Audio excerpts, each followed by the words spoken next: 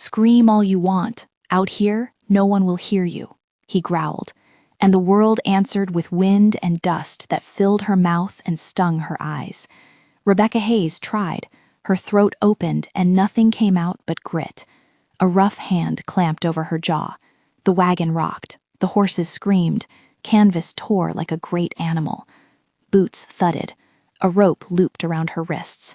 She smelled smoke and horse sweat and the copper tang of fresh blood. Somebody shouted, a boy's voice, thin and terrified. Then a flash of metal and boots over wood, and the world reduced to the heart-hot smell of panic. A man hauled her from the wreckage. His coat was dark and stiff with hardened mud. He moved with a patient kind of brutality, quick, efficient, not eager. He did not look at her. Every muscle in her arms burned where the rope bit into her skin. She could hear the others in the night, men swearing and running away, the kind of desperate noise that meant nothing and everything. Someone tried to help, someone else cursed. The wagon's wheel rolled away and snagged at a stump. He pushed her into the shadow of the trees and forced the gag into her mouth with a practiced motion. When he leaned close, his breath smelled of tobacco and something sharp under it, old grief. He spoke low, as if the words themselves could keep the sound from traveling. "Scream all you want. Out here, no one will hear you." She fought until her shoulders ached. Her mind woke to two facts, the taste of dust and the thin, bright shape of a ring against her own palm, the one she'd meant to offer Thomas in the spring. She'd been carrying it wrapped in oilcloth. Now it lay warm and slick with sweat between her fingers. She thought of him and the cart of their things, and the way he'd laughed at the dogs when he drove. Then she thought of a man she did not know, and the way he had wrapped a rag around her mouth. They marched her through trees that scraped her face. The night seemed to close, its cold a physical thing that nudged at her bones. Men's voices drifted ahead and behind. She tasted ash. Later she would learn only then that the attack had been swift. Not all of it meant for them. Bandits had pardoned no one and shot without ceremony. Men who had sung on the road were gone. Children were not spared. Rebecca pressed the hollow of her palm to the ring until the skin broke and it bled into the oilcloth. "We're taking her," the man said once, to someone she could not see, as if he needed permission from the darkness. He was careful in small things. He removed the stump of a brittle splinter from her cheek and did not ask her name.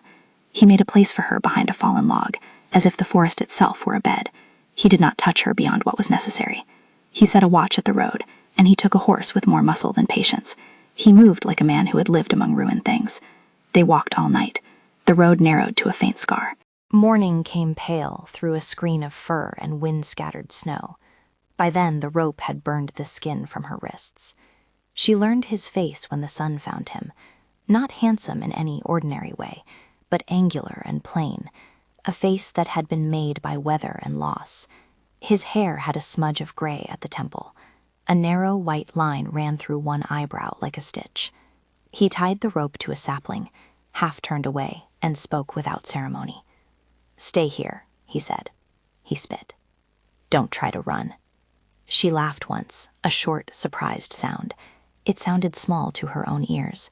She pulled at the rope until the bark scratched her palms. He watched without emotion, and his hand found the rope and slackened it as if by habit. He walked to the horse and left. She listened to his boots until they faded into the low rhythm of the mountain.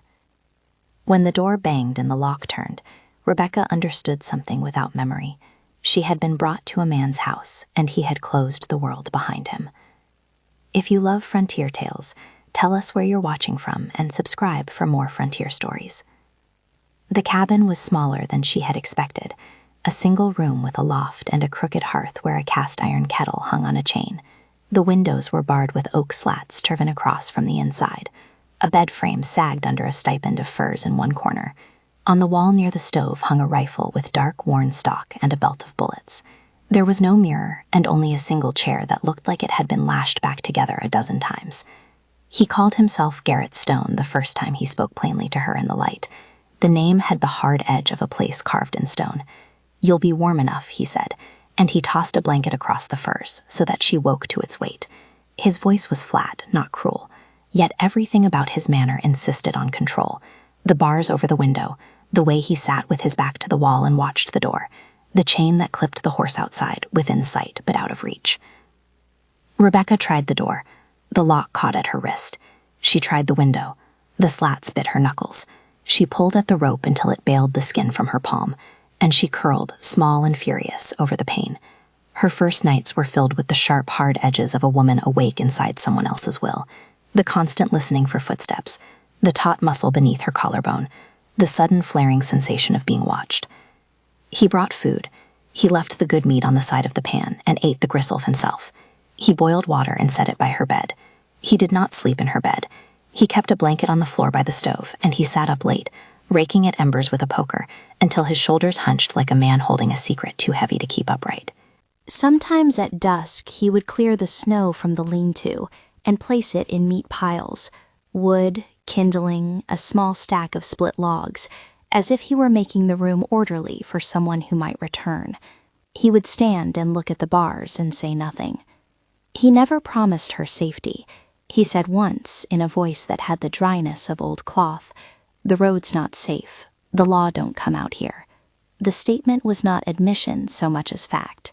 He would not say why he had taken her, but he answered her questions with facts, not sympathies. "You'll keep to the cabin," he said. "You'll let me know when you want water."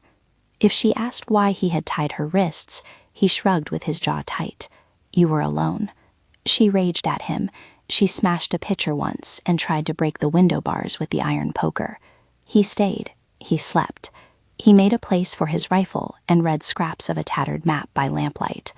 When she lunged at him once in a frenzy, a raid of teeth and nails and animal desperation, she missed. When she caught him by the collar and threw a fist, he did not fight back. He let her strike him until her hands shuddered and her knuckles went white, and the taste of copper flooded her mouth. Only when she was spent did he cup her wrist with his hand and hold her. The touch was neither tender nor cruel. It was the touch of someone steadying a thing that might collapse under its own motion. She wanted to break him into pieces, and she wanted, in the same aching place, to throw herself against the wall and wail until something inside made a sound. He said nothing for a long time. When he spoke, his voice was small. "They did this," he said, and he pointed to the broken pitcher, like it was the proof of something beyond both of them. "They came through and took what they wanted. I found you at the turn, and you weren't moving. I thought you were dead." "You thought I was dead and you took me?" she spat. He closed his eyes. For the first time she saw him flinch, not from her blows, but from a memory he had carried like a folded shirt. Her fists had bruised his knuckles. He lifted his face.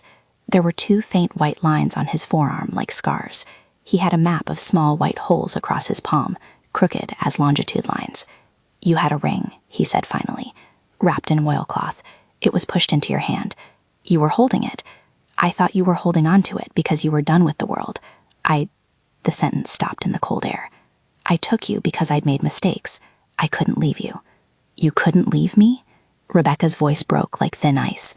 He rubbed the heel of his hand over his lip, as if removing a thorn. "I chased the men who hit the wagon," he admitted then. He told her in spare pieces, the way a man reveals a wound in the smallest slices. There had been men running from a skirmish. He said he'd found broken carts and bodies and the scorched rim of charred canvas. He'd followed tracks until the night sheltered him. When he'd found her, she had been alone and the night thick. He had ridden her into the trees because there was nowhere else. He had thought to leave her only with a clear place to go, a town 40 miles down the road, but when he reached the first marker of trail, he heard nothing but wind. The world, he said, was quiet in a way that felt like threat. He made the measurement of his own fear with no ceremony. "I thought to ourselves," he said, and the words came like thunks against a wall. "If I leave you out on that road, the next men will not be kinder." He had an almost apologetic neatness about his confession. He offered no pardon for the decision, only gratitude that he had not been the one to cut the rope around her neck. For all that, his confession did not excuse the binding of a woman who had not asked to be bound. She believed him about the attack. She did not for a second accept his excuse. Winter came with a quickness that felt contrived, as if the mountains had been waiting and finally exhaled. Snow fell in a hard silver sheet. The world narrowed until the Tabin seemed like a planet, and everything she had lost was a faraway star. The stove smoked, and their breath hung in the low light like borrowed ghosts. There were days when the wind knocked itself hollow and the whole cabin sounded like a drum. Food dwindled. Sometimes they ate the same bowl of stew twice in a day because there was nothing else to give. Shared survival is a business of small civility. Garrett taught her how to thaw stubborn roots without splitting them into mush. He showed her how to take the bird from its trap and stretch it so its meat cooked evenly. He fixed the splintered chair and set it by the stove so she could sit without pain.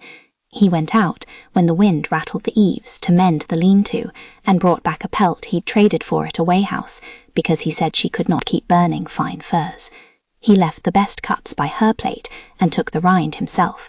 Once he moved a splinter of wood out from under the bed, so she need not stub her toe at night. The small acts made a latticework of favours that tangled with contempt and needed. She watched him at these tasks with a kind of hot disdain. It was impossible to let go of the image of him as the man who had carried her away. Yet there were other things she saw when she watched him. The way he cleaned the rifle with meticulous fingers, the soft reverence with which he opened a folded scrap of letter mal-ravelled at its edges, the careful method he used to remove a splinter from a dog's paw without drawing a cry. She found, to her own dismay, that she could watch him and read his mind in small, private ways. The brow furrowing when he tried to count rations, the way he warmed his hands, not out of hunger, but to still them. There were nights he read. He tapped a thin journal tucked in the back of the stove, leaves bound with twine.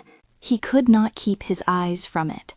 Sometimes he read aloud, not to her, but like a man confessing to the room, voice faint, words traveling next to the clink of ladles and the hiss of the hearth.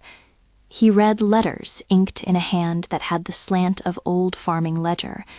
The names on the envelopes were like echoes: Mary, Anna, Thomas. Once he read a name that made Rebecca's breath stop. He shut the book then, as if a physical thing had been pricked. When he spoke of the war, he spoke as a man who'd come home to something that had been ransacked. He had the soldier's habit of mapping the past in small, hard facts: name, place, date. There was a day, he said once, when the sky over us was all smoke. The men ahead laughed then. They laughed because there was no sense in crying. We lost tracks of each other. I thought I had lost everything. He kept his confessions tidy. He told her he had grown up on a farm in Missouri. His family had been thick with talk and quiet prayers around a stove. Then the war took him and left his brother's name carved on the family gate like an absence. He told her about coming back to a house with the door wide and the infant cries long ceased. He told her he had dug graves and watched them fill like hollows. There was no flash of self-pity in the way he spoke, only a measure of the things that had been burned out of him until he had room for nothing else. Hearing him, Rebecca did not soften. She recorded his story in the same ledger she carried for her own losses, the small inventory of what had gone missing. She believed his loss, and she refused to let that belief be used as a salve for what he had done to her. Those two facts lived inside her without merging. The slow thaw between them was not a straight path. It had the shape of a creek trying to remember the contour of a valley, halting, diverted, then finding a route. There were days of brittle civility when they would sit opposite one another and say nothing while the hearth spit. There were outbursts, words hurled like stones when hunger and fear pooled into a single sharp thing. Once, when snow had trapped them for 3 days, she screamed at him so hard he flinched as if struck. She demanded to be let free. He did not answer with words. He brought a pile of gathered greens and set them before her, and his hands trembled. It occurred to her then, with the clear-headedness of someone on the edge, that he was not wholly unknowing. He regarded his own actions as something he had to carry. The tiny courtesies he performed were not meant to buy forgiveness. They were perhaps his way of being less harsh. There were nights when they crouched together by the stove because the chill got under the skin. When the wind took the chimney's voice and made the cabin sound like a living animal, he would put a blanket around both shoulders and stand so that his back blocked the draft. There was a small, strictly practical economy to it. 2 bodies lose less heat. But it meant that in the morning their shoulders would carry the smell of each other's hair, and the bedclothes would be ruffled the same way.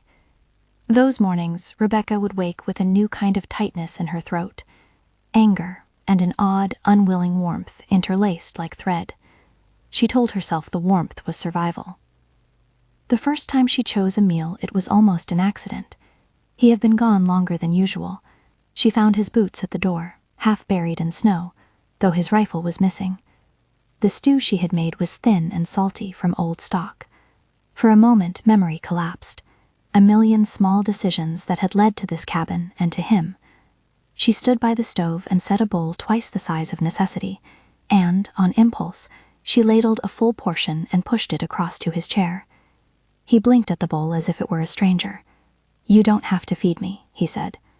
"I know," she said, "but I will." It was the smallest possible acknowledgement of the fact that she had a stake in his life now. In the same breath, she meant to say she was not surrendering. She would not pretend her acquiescence was submission.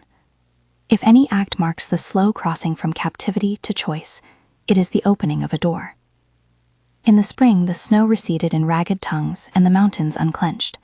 The maples went soft at their edges. The road that had been a white scar became something they could measure again. Garrett worked the bars on the windows and, with a tool that resembled patience, loosened them until light came in a wider arc. He told her then, plainly and without flourish, that he had removed the locks from the saddle and would leave them by the door. He would no longer clip the horse to a post within sight.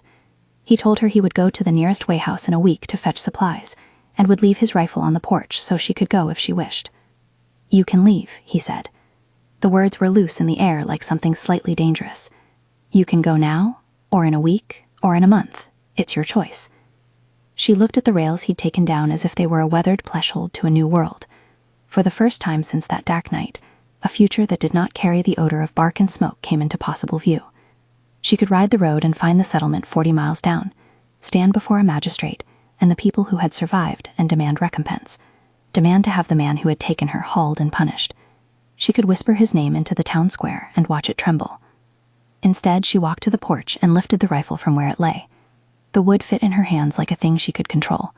She fitted the cartridge in, pulled the action back with a practiced motion that surprised her, and then set the weapon back in its place upon the bench. She had learned how to be useful. She had learned that the world outside was large and hungry, and often meaner than any man could make it. She made the choice to stay one night, then 2 nights.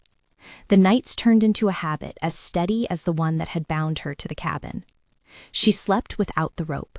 She ate by her own light. She walked on the porch unguarded. Each choice was accompanied by the memory of the orchard where Thomas had promised to take her, the pressed petals still in the oilcloth. She did not forget him. She carried his name like an ache. Garrett did not demand a reason. He accepted her decisions like a man who had learned that compulsion, once applied, honed its own edge. But he did something unexpected. He put a ring on the table one night and pushed it across to her. It was not the ring she had carried. That was a silver thing with a plain band, but an heirloom of his own, a narrow gold hoop that had once belonged to his mother. It had been kept in a small leather pouch, and it smelled faintly of cedar. "I don't ask you to marry me because I think I earned it," he said. "I ask because I have no other way to make sure you're not burned again. You have no right to bargain for my life with a ring." "No," he said, "I don't. I can't buy you approval. I'm offering the life I have. That's all." It was after this, not because of it, that she began to see the tempering in him, the way he would answer her when she asked for bread, the way his eyes shifted if she flinched at thunder, the strange softness that softened the corners of his mouth when she laughed in spite of herself. There were confessions he made in the night, for his own relief perhaps, that he had dug graves and planted names like seeds, that he had burned the letters that told him what he'd lost, because the paper kept the tastes of sorrow too fresh. He would produce once in a while a folded scrap of paper and show it to her, a child's drawing perhaps, and they would both sit in the low light and count the ways grief had rearranged them. Still, moral reckoning is not a thing to be paid by a handful of ministrations. Rebecca kept a ledger in her head, the night he had tied her, the days he had kept the bars, the choices he had made while not asking. When they spoke of justice, their words skirted a hollow place. "Hearts can change," he would say. "So can hands." She would not let that stand alone. "Some things can't be undone," she told him. "You can do penance and do the next right thing, but you cannot erase what was given you by force." He made gestures she accepted as part of his penance. He wrote one letter he refused to send, placed it under a stone, and told him he would go to town and stand in the light of any law that wished him harm. He did not ask forgiveness as one asks a favor. He bore the knowledge of having inflicted hardship like a visible wound. He told him he would answer for the wrong he had done in ways that might include the town, or might include no one but the quiet of his conscience. The day he proposed, it was not with a flourish. Spring was softening the cabin roof into drips. A brook that had been a sneer of ice now babbled like a thing determined to be river again. He came back from the road with his hands empty and his face thinner.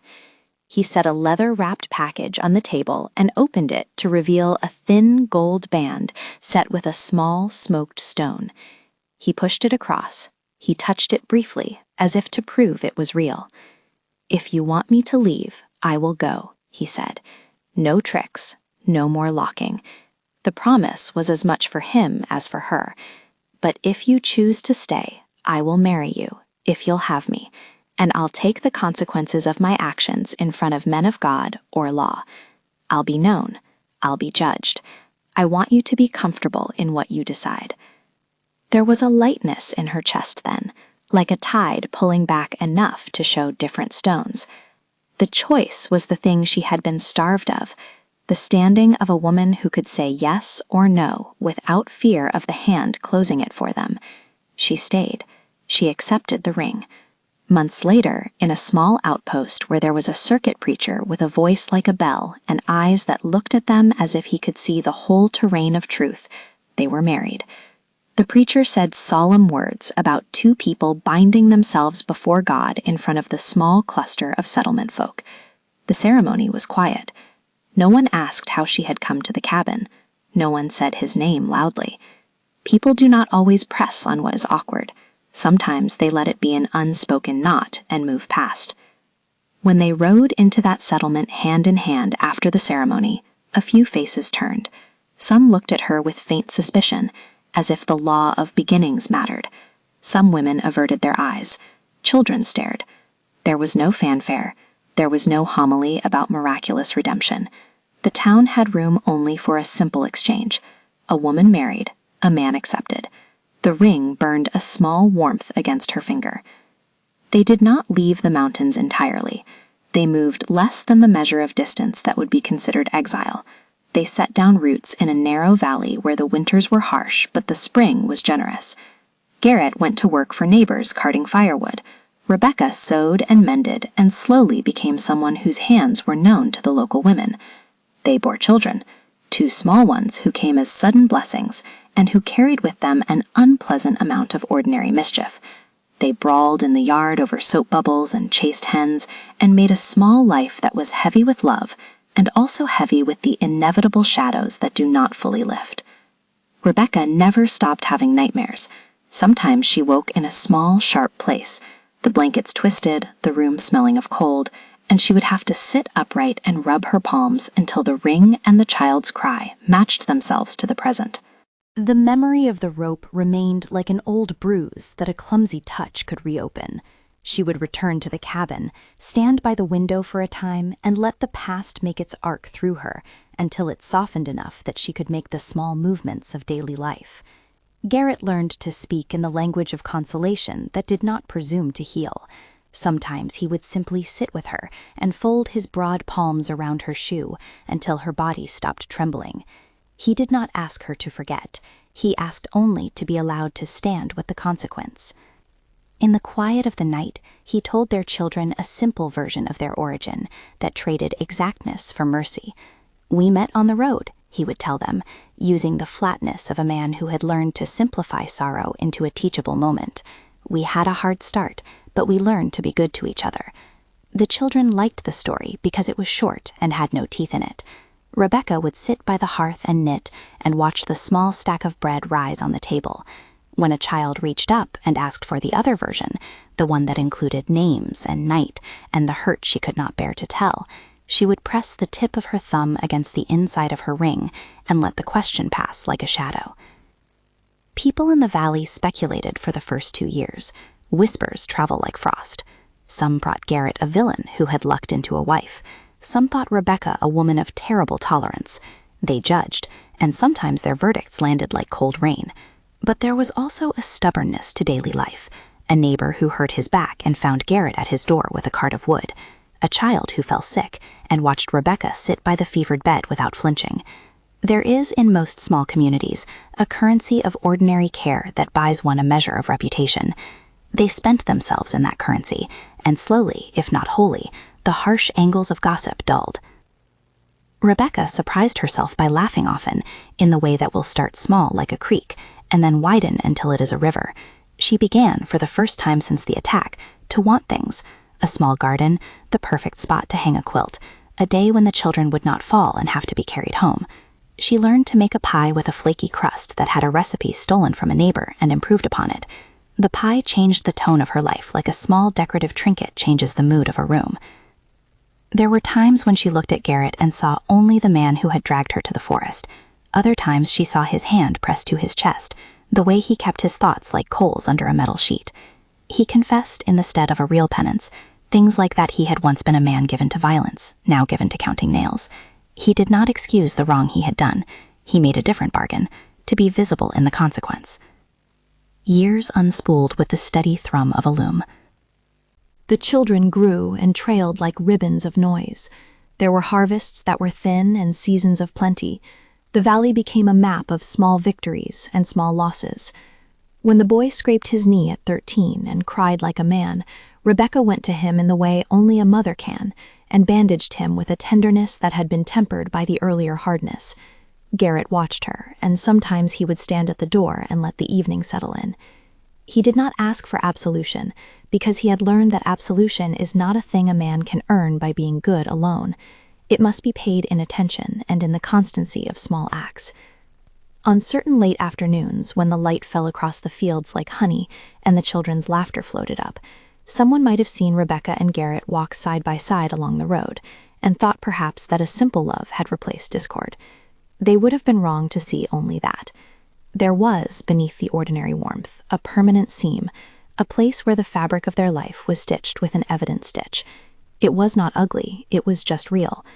There were nights when Rebecca woke and the smell of ash badgered her sleep. There were times when Garrett's hands, still calloused from axes and rifles, trembled when he thought of the things he had done. When the youngest child asked, years later, how they had come together, Rebecca told the version that gentled the wound. The children, who have the simple economy of youth, accepted the softened truth. But once, when the house was quiet, when the children were fed and the sun had folded into the mountain, Garrett found an old scrap of oilcloth in a drawer and unfolded it. Rebecca watched him with a kind of gaze that was both the measurement of pain and the assessment of a life. He showed it to her like a man giving a confession. It was the ring she had carried across those miles, its metal dulled but still whole. He had kept it when he had found it. He had polished it, not as a trophy but as a token of what had been taken and could not be given back. He set it on the table and put his hand over it as if to keep it from sliding away. "We didn't start well," he said. "I know that. I don't ask you to forgive the way some men ask for a favor. I ask, if you can, to let me be better at what I do now." His voice was the same flat thing it had been, but the words held gravity. Rebecca put her hand over his. Her skin brushed the scar on his knuckle and the faint raised line over his brow. She thought of Thomas and the folded petals and the way she had sealed that past and put it away like something you keep in a drawer and do not take out unless you need to remember. She thought of the rope and the smell of smoke. She thought of the nights when she had climbed into bed and felt the shape of his back before sleep softened it. She had loved Thomas in ways that would never be undone. She had learned to love Garrett in new ways that were honest and sometimes terribly flawed. "I have nightmares," she said. The admission was not given with recrimination. She was naming things as one names household tasks. "Sometimes I pretend I haven't had them. It is a small mercy when they come fewer." She did not say that sometimes she waked reaching for the rope out of muscle memory, or that sometimes she felt a flicker of anger so hot it could turn the marrow of what she had into ash. She put none of that away. He did not answer with platitudes. He took off his hat and rubbed his rough hands together as if wringing the cold from them. "Then we will wake together," he said. "I will make the coffee. I will stand by the door." The promise was modest. It was also, in its way, vast. It meant he would be present to the daily particulars that make up a life. They taught their children both versions of beginnings, the one that made a neat story and the one that contained the jag of truth. The children would sometimes turn to Rebecca with fierce curiosity and ask, in the blunt, tender way of youth, how a life could start with a wrong and yet hold right things after. "You need to know," she would say, searching for a language that did not absolve, but that offered navigation. "People are full of pieces. You do wrong and you do right. You live with the consequences. You are honest about what you did." She did not flinch from the moral cardinal points. She taught them the harder lesson, that love is not a miracle spine that straightens broken things with a single touch. It is, she explained, a long architecture of patient acts, of choosing someone each day, even when the choice is ugly. Garrett did, in the years that followed, show that he could be worthy of the trust he had not earned but had pleaded for. He kept to the agreements he made, and he never attempted to erase the wrong through grand gestures. If he bought a new plow, it was not to buy forgiveness. It was to build a life that could sustain the tiny ones who ran barefoot in the summer. If he stood in the market offering a piece of wood to fix a neighbor's fence, it was evidence that he preferred to be useful. There were no sudden absolutions. There were no dramatic scenes where a town judge or a sheriff declared him redeemed. Redemption in real life does not work like that. It is not a stamp. It is weight by small weight. Rebecca carried her choices the way a woman carries her child, with full knowledge of the burden and a fierce devotion to its protection. One autumn evening, years after the road had scarred and the flame of the wagon had dimmed into memory, Rebecca sat by the window and watched the children play in a heap of leaves. Garrett stood at the edge of the yard and lifted a small of axe to split kindling like a man whose movements had become prayer. When he noticed she was watching, he looked up and offered a small, unshowy smile. She returned it and then turned back to the children, to the noise and the thump of life. The rope she had once felt at her wrists lived on in a way no one could see but her. It had not been thrown away. She had learned, by degrees, to not be defined by it. She had woven it into the narrative of her days, like a necessary caution. She had also learned to name her own consent, to offer it, withdraw it, and know its value. When the little ones asked how they began, Garrett told them the soft version. "We met on the road," he would say, "and then we stayed." Rebecca let that stand for the children, who do not yet require the sharpness. But when the night was quiet and the children were asleep, they would sometimes sit in the kitchen with the ring that had started some of the bartering between them. It was not a talisman, it was a reminder. They would touch it and remember. She had learned to accept the moral complexity of what they had built, without letting it flatten the rightness of the small, true things they had made together. Love in their house was a muscle that had been cut and had regrown around the scar. It was imperfect. It bore the mark of what had happened. It also held, stubbornly, the quiet glow of two people who chose each other each morning. If you enjoyed this, click to watch another Frontier Tale and consider supporting the channel.